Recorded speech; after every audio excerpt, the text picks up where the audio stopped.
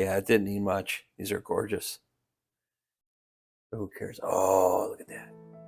Hey guys, this is John. Welcome back to the channel. Today, we are doing part 3 of 3 on this overhaul on this 1978 Schwinn Volare.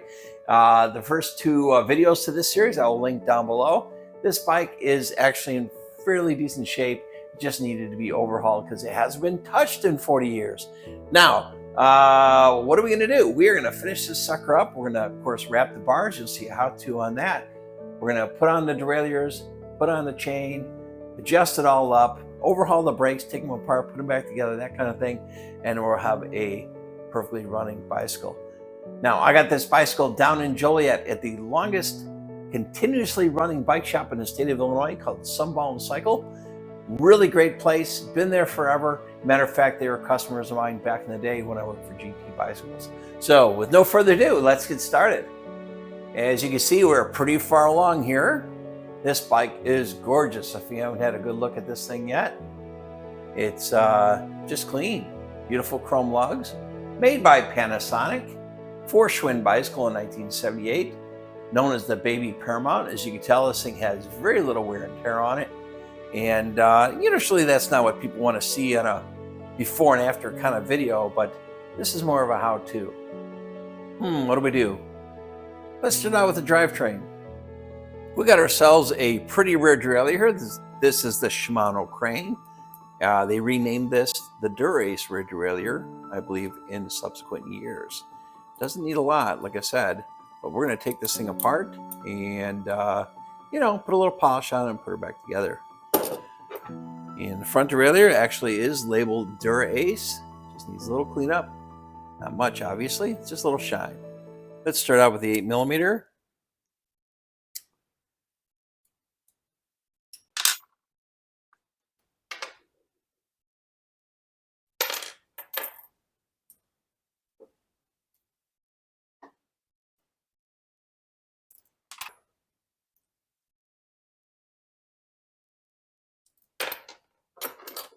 Yeah, a little bit of dirt and grime. Not much. Now your pulleys consist of a cap on both sides, and then usually the centerpiece that it rolls on. You just have to make sure they're clean, and I put a light lubricant on them, like an oil. As you can see, these are not very worn. Just going to clean them up a little bit. Use a little bit of degreaser. Doesn't need a lot. Like I said, this is not very caked on. It's almost like I'm dusting this one. But yeah, there's a little bit of grease on there. Then I'll wipe down the pulley, innards of the pulley. What do you call this thing that the pulley rides on? The sheath? I don't know. Even these caps are pretty darn clean too. Once again, no cleaner on this one, but some people use a degreaser or polish of some kind. You can, but these things are running so smooth. Now, if you look at this, it's not messy. It's just got that yellow hue to it because it's just old oil. So we're going to take, much to your chagrin, some of you guys don't like this stuff. It's a brake clean, also known as clean streak. And we're just going to spray it down a little bit. I'm going to let it sit, and then I'm going to wipe it off. All right, let's see how this stuff does. Oh yeah, what's that mark on there? It looks like something hit it. We're just going to take off all this. Hopefully this yellowing kind of old oil is really what it boils down to. Yeah, it's cleaning right up. And normally I would take like a bike polish to these parts, but you know what? It's naturally shiny right now, and I think it'd be pretty unreal if I did that. But yeah, the thing's really in good shape. We got some of that yellowing again. Let's try to get that off. All right, look at it. It's coming off. It's working. Some of you guys wonder why I'm so obsessed with things being clean and blingy. I don't have an answer for that. Some people like a natural patina, on an aged patina, and I totally get it. I totally get it, guys. It's each to their own. I would never knock that. Some people prefer it, and I totally get it. I'm such a nerd. I had some comments from the previous video saying that I should keep the reflectors on as well as the dork disc, because, you know, it's part of the bike and it's part of the history. And since this bike's so pristine, we should keep it, you know, stock. It's not about, you know, making it look sharper without those items. What do you guys think? Put it in the comment section below. What should I do? This thing looks just fine. Let's put her together.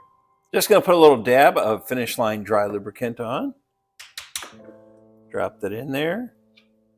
Top cap. Bottom cap.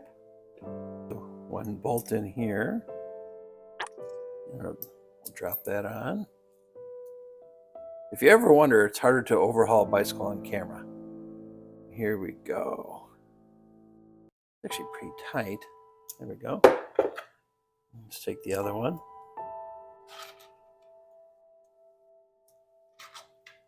Put that together. Just slide that in there. This particular one just goes in and threads into the cage. Sometimes you'll have a nut on the other side. I don't have that.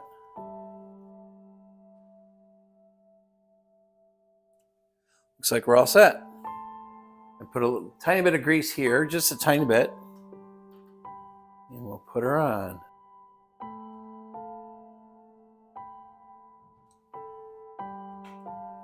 All right, we're in good shape.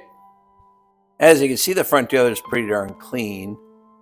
I'm gonna clean this up a little bit here. And just put her back on the bike. There's a little bit of yellowing. I'll hit it once with a rag and some of the degreaser, but for the most part, it's perfect. A little bit of chrome polish, honestly, not a lot. You barely see it.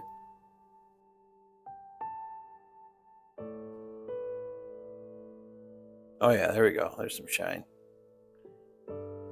Now, when you're installing the front derailleur, there's a couple of crucial things. One is the height of the derailleur, and the other one is the angle in which it sits. Some say the height should be about a 1/16 of an inch to an 1/8 of an inch over the top chainring. So we'll give that a shot.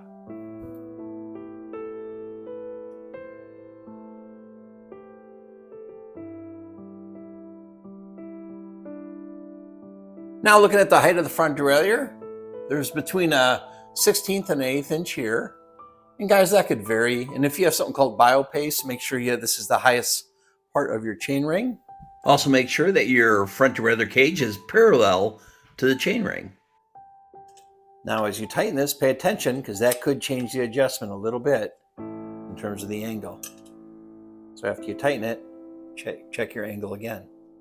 Hey guys, there's no right or wrong way to go about this. What I like to do is I like to, clean up all the parts, hang them back on the bike, then I'll string it up. So when I'm done with the brakes, what I'll do is I'll put the new hoods on, we'll tape it up, show you how to tape some bars. Hey guys, I have here a pair of derailleurs first generation brakes. Huh, now that I say that, is that the truth? I know there are some derailleurs center pulse. Was that the first generation? I'm not sure. But what we're going to do is we're going to take these apart. This is kind of funny. Still have this little rubber piece on here. We're going to take these apart, put them back together after a little shine. Now, these look pretty good. Why would I do that? Well, they have not been apart in 40 years. So let's do that. I'm going to start with a quick release. I got my 10mm in the back. I'll hold it out with my finger. Then I have an 8mm here. All right, here we go.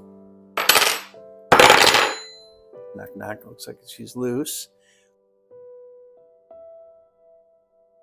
There you go. Got that bolt. And then you got the quick release. Another thing you can do is not take apart the other brake until you get this one back together, just in case you get confused. Here is a 13mm flatty. Or brake wrench, whatever you want to call it. Put that back here on the nut. 10mm on the top. And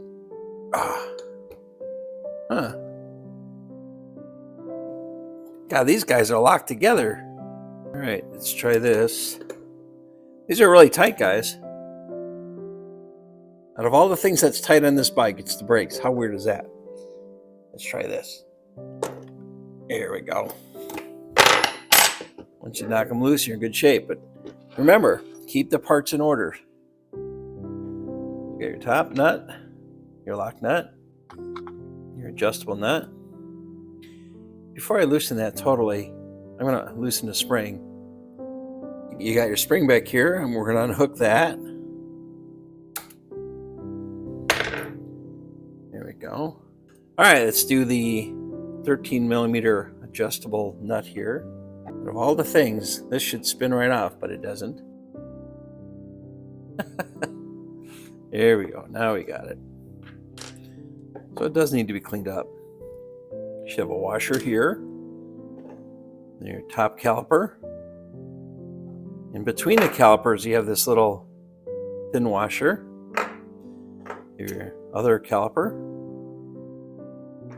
And then you have another thin washer. Your spring. Now, as you can see, these brake shoes are in really good shape. Probably a little bit hard. I spoke too soon. They actually feel pretty good. This has been a temperature controlled place forever. Anyways, they look pretty clean. I'm just going to wipe them down. And the calipers themselves, I'm going to wipe down. This has a very satin sheen, so I'm not going to put a polish on it. Like if this was a Diacomp or Camping Yellow, I may even consider putting a polish on it. Yeah, it didn't need much. These are gorgeous. Man, when I was a kid, I dreamt of having these brakes. Maybe that's why I collect all this stuff, you know? What are collectors? Collectors are guys that buy everything they wish they could have bought when they were younger and couldn't afford it. That's probably who I am. I think a lot of collectors are that way. You long to have this stuff, and you couldn't afford it. So now that you can, you start buying it all. I don't know if that's healthy or not, guys. But at the end of the day, you know what's important. You know this is just stuff. Not important. Doesn't change your life. It does add maybe a little bit of fun, a little bit of temporal happiness. But at the same time, like I said, it's just temporary. It's just stuff. If we take this stuff too seriously, we're doing something wrong. There you go. Everything just needs a wipe down on this one. Everything's in great shape. When it comes to the spring, make sure that's clean. I'll show you how to lubricate this spring when we put it back on to keep your brakes from creaking. You notice I didn't say squeaking, I said creaking.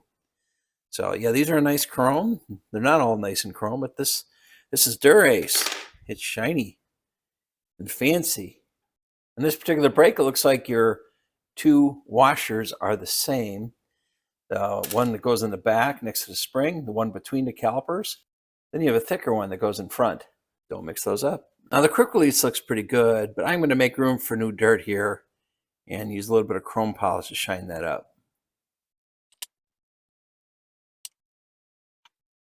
All right, that's looking a lot better. Not that this is critical or crucial to do. You know, all it does is it makes room for new dirt. Makes room for more dirt to accumulate for a later date. I just love these barrel adjusters.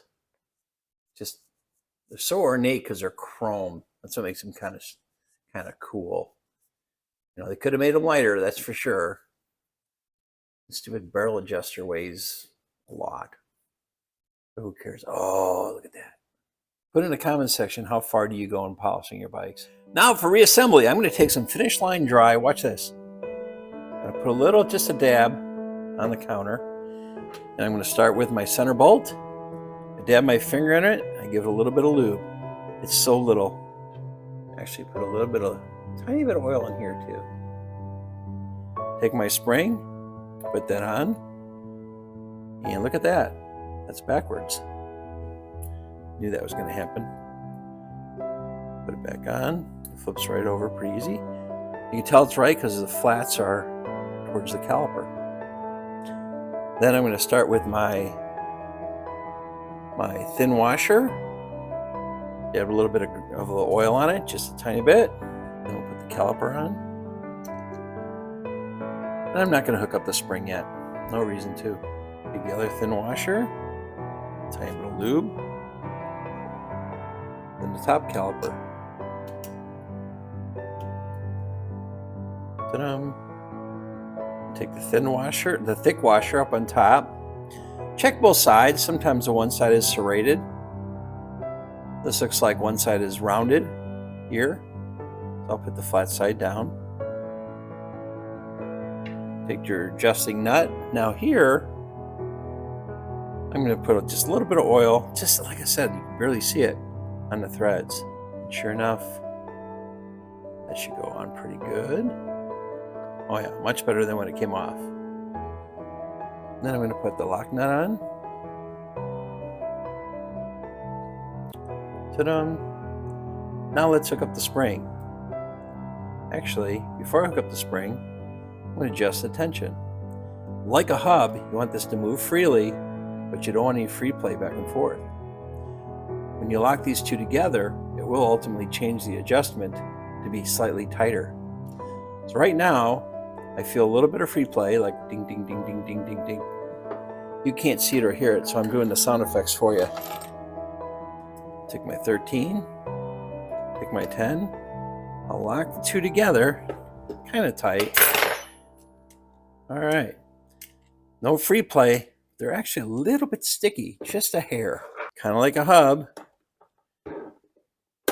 Loosen the top, loosen the bottom of the hair, and tighten together again. Now they flow freely, and I don't have any free play. Cool. So then we want to put the springs back on. This spring rubs right here.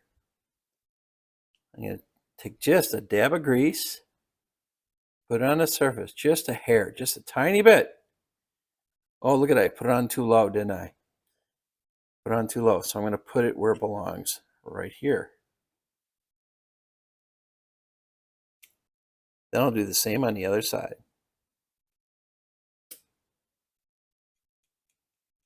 There you go. All right, for the quick release, I'm actually going to take a little bit of light oil, put it on both sides. Once again, it's minuscule, guys. It really is. Some people would say to do more, but I don't think you need it. Put that in there. Put my nut in from the other side. Then I'll put my washer on. And then the nut. Make sure you drop the nut into the grease. Cut. All right, we're back. Had to get the grease off the nut. Do with that what you will. All right, then I'll tighten these two together.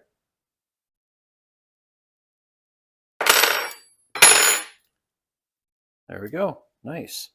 Don't forget the pinch bolt. Put that in there. That keys nicely, just like that. And we got the nut. Finito. I'll do the rear brake off camera.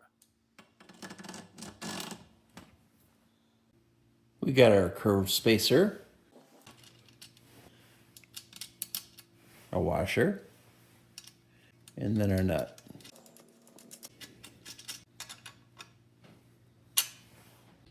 All right, for the front brake, we have our curved spacer,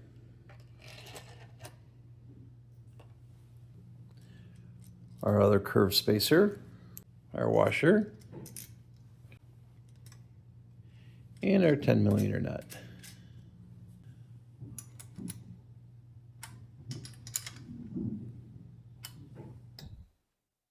Snugged it up pretty good. Now, when it comes to cleaning up your drivetrain parts and components, a lot of people would suggest you buy an ultrasonic cleaner. I do intend on buying one. I never had one. I do actually have this old Harbor Freight parts cleaner thingamajigger. I put some solvent in, and it was just messy and smelled, and forget about it. So what you can do with your chain is use some degreaser. You get some citrus degreaser. Park has this citrus chain bright, which works pretty well. You could use the Clean Streak. You guys think I'm sponsored, but I'm not. But by the way, I'm taking someone's suggestion. I forgot who it was who commented. I think there's a bunch of you that I should be wearing rubber gloves when I use that stuff. And you know what? I'm going to take that advice. I'm going to do that because I really should. So this chain is relatively clean. So what I'm going to do is actually very clean. I'm just going to lubricate it and wipe it down. But I would recommend soaking yours, getting a degreaser, and wipe it off with a towel or blow it off with some compressed air. This, I'm just going to lubricate. I'm actually going to use some Tri-Flow.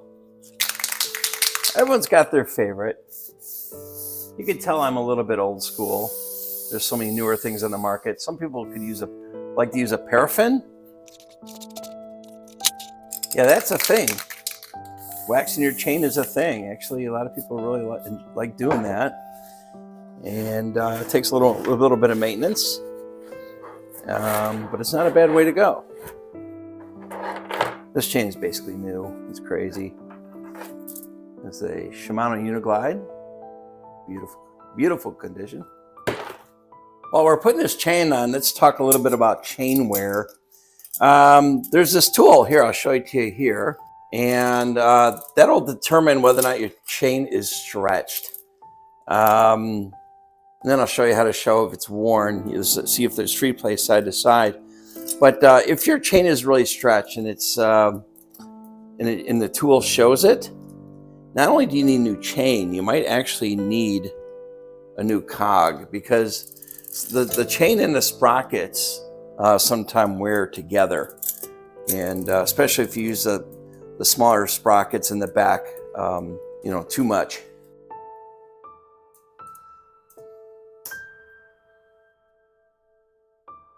Now the trick putting this back in is not to push the pin too far.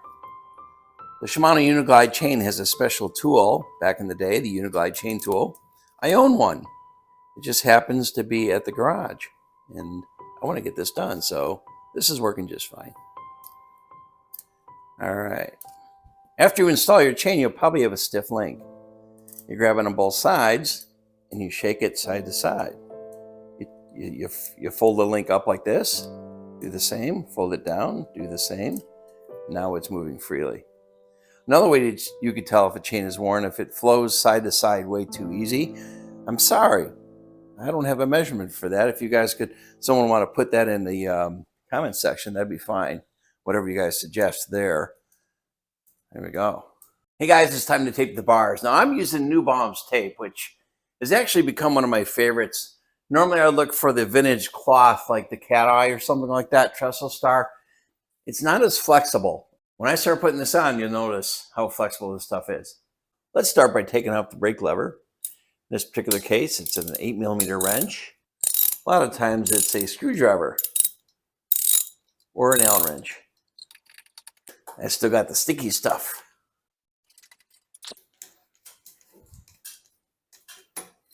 These levers are in wonderful condition.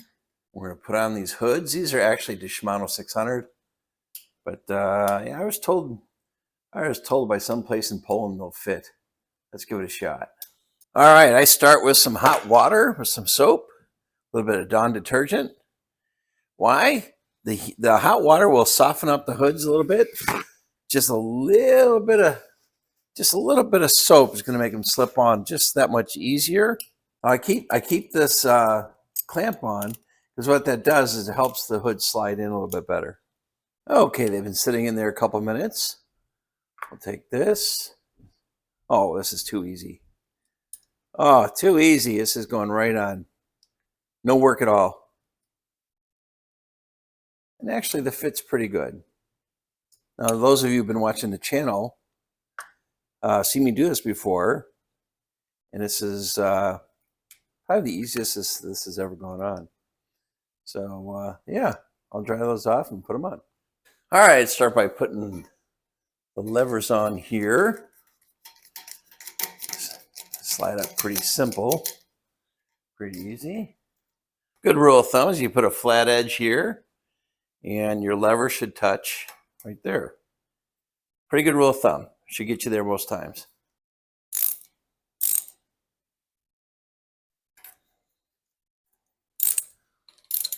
Let's start by folding up the hoods. Hopefully these are not brittle and they don't rip. Oh, look at that. I don't want to. Now, before we start taping the bars, normally what I would do is I would, ask you to fold up these gum hoods, and you just peel them back, and you'll be able to fold them up. Unless they're really old and brittle, then you got to be careful or have some spare hoods with you. Now, these are repop Shimano hoods, and I can't get them to fold up, which, whatever. But also kind of peculiar. Watch this.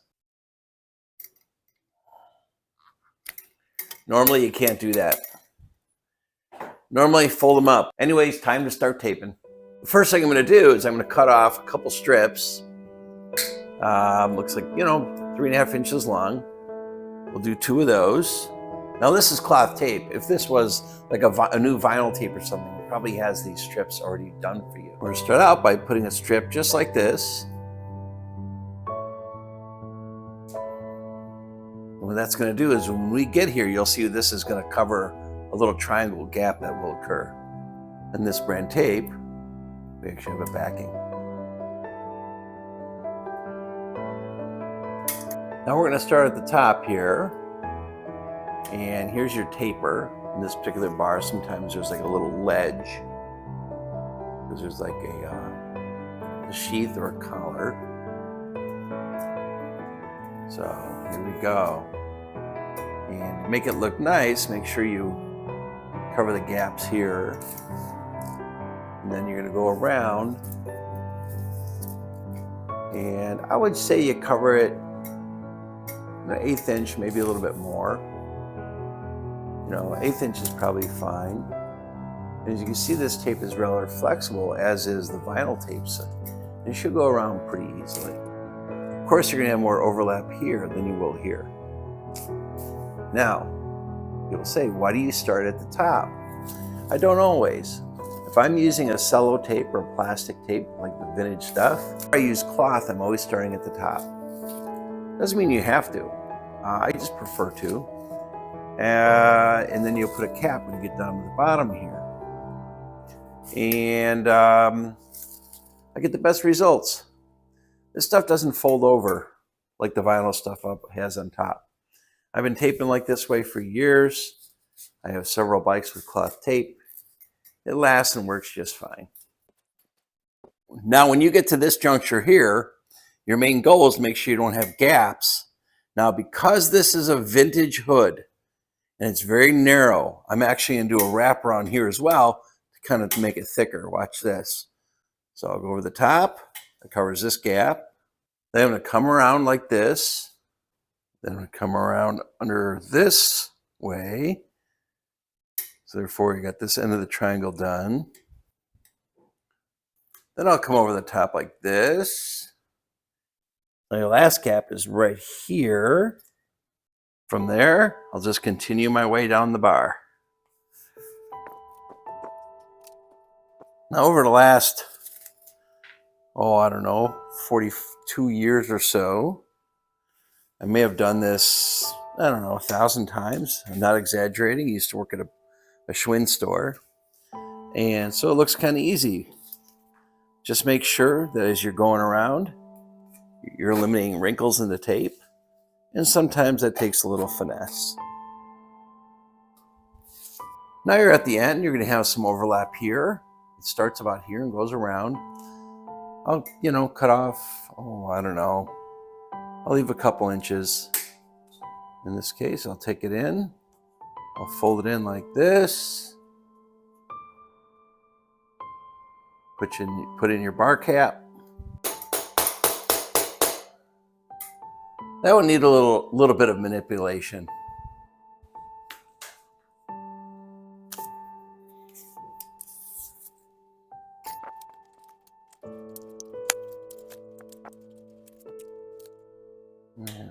Here we go. Like I said, this doesn't normally work, but in this case it did. Because they're aftermarket hoods. Nice and clean and pretty. All right, with the cockpit done, looks cool. Wow. Looks like a bike. What do we do next? How about pedals? This one already took the toe clip and strap off. As you can see, this was rotted horribly. I mean, there's nothing right about this. It's backwards.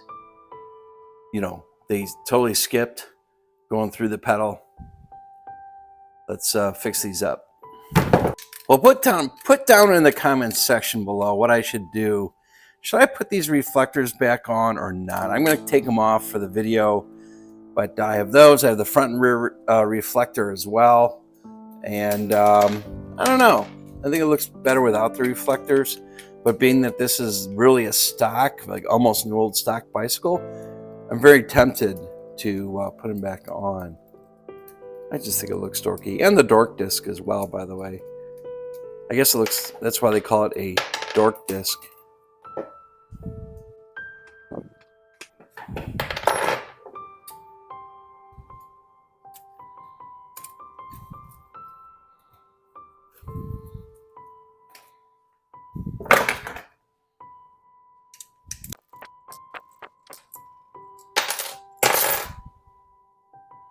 I am back with the clean streak because we got some major yellowing here just from oil. So you put that on there. Note the gloves, guys. I'm learning my lesson. A couple of you guys have been kind of beating me up a little bit about that, and that's okay. I kind of deserve it.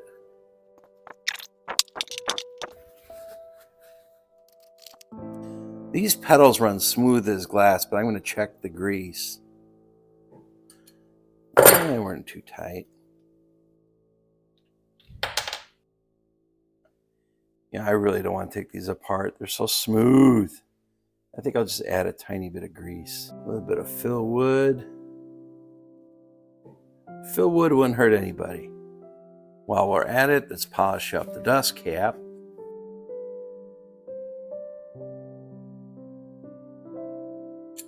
I'm going to try a little polish.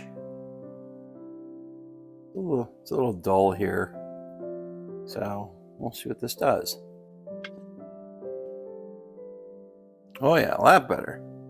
Now looking at the toe clips, I can use a little help too. Not to get too picky with how this stuff looks, but you know, there's always a time to make new dirt. Yeah, much better, much cleaner. All right, let's put the toe clips back on. Just a couple screws, fairly basic.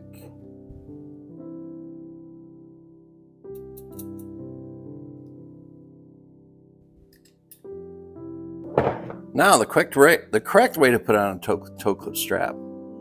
Take this in there, like so. Pull it through with a plier. I usually go all the way in. I like my buckle to be on the outside, even though I'm not going to ride this bike. Then I'm going to do a full 360 twist. That's so it doesn't slide back and forth. Put it in there. Once again, for the sake of easiness, I'm going to have to pull it through. And be careful a little bit here. There we go. So you get your full twist. And this, put it on the inside. Like that. Like that. And like this. Pretty. Start with a little bit of grease on the threads. On this particular pedal, there's a 6mm in the back. Remember, over the top towards the front to tighten, over the top towards the back to loosen. Now, there we go.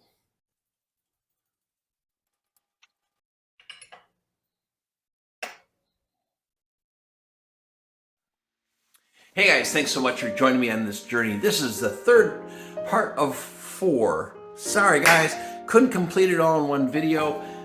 Today, there's going to be one more episode coming next week. I just couldn't do it. When it gets over 35 minutes long, most of you guys tune out. It gets too long, I get it. Or you won't even click on it in the first place. This is kind of a how-to video. This is different for me. It's more... It's a lot more detail than I'm usually doing. So look at my other videos. Things go much quicker. I do a whole bike or overhaul a bike or do a bike in about 35 minutes. Really, it doesn't take 2 hours. But so yeah, that's something different. Also, check out my interviews and all the different travels that I do and looking at other people's collections. There's a big one coming up in January, guys. Mike Cohn. We're gonna look at all his stuff.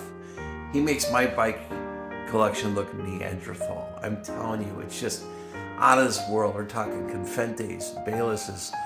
You know, some of you guys don't know what that is, but yeah, it's definitely worth checking in on. Just the most ornate, beautiful bikes you've ever seen. A Magnum Opus by Hutchins, things like that. So join the channel, like and subscribe. Hit that little subscribe thing and the bell that tells you when I'm did a video. Try to do them every week. Sometimes it's every other week. And hey, this is going to be part of my retirement. Actually, might turn this into some kind of business. What do you guys think? And also, once again, stick with me. Don't leave. You guys get really impatient towards the end. Hey guys, go to Facebook. Put in John's Vintage Road Bike Garage. I actually have my own Facebook page, or group, I should say. And it's a lot of fun, a lot of interaction with you guys there. And I'm on it every day. So please do that.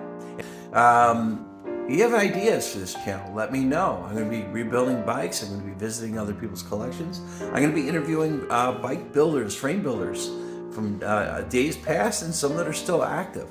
But if you have ideas, let me know. Also, if you're coming to the Philly Bike Expo, March 8th and 9th, I will be there. It's my birthday weekend, 59, not quite 60.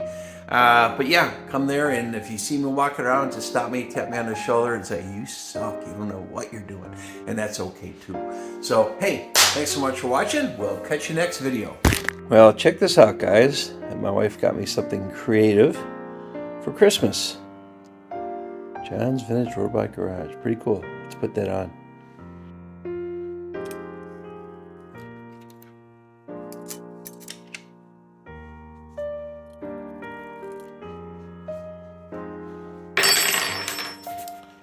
Pretty cool.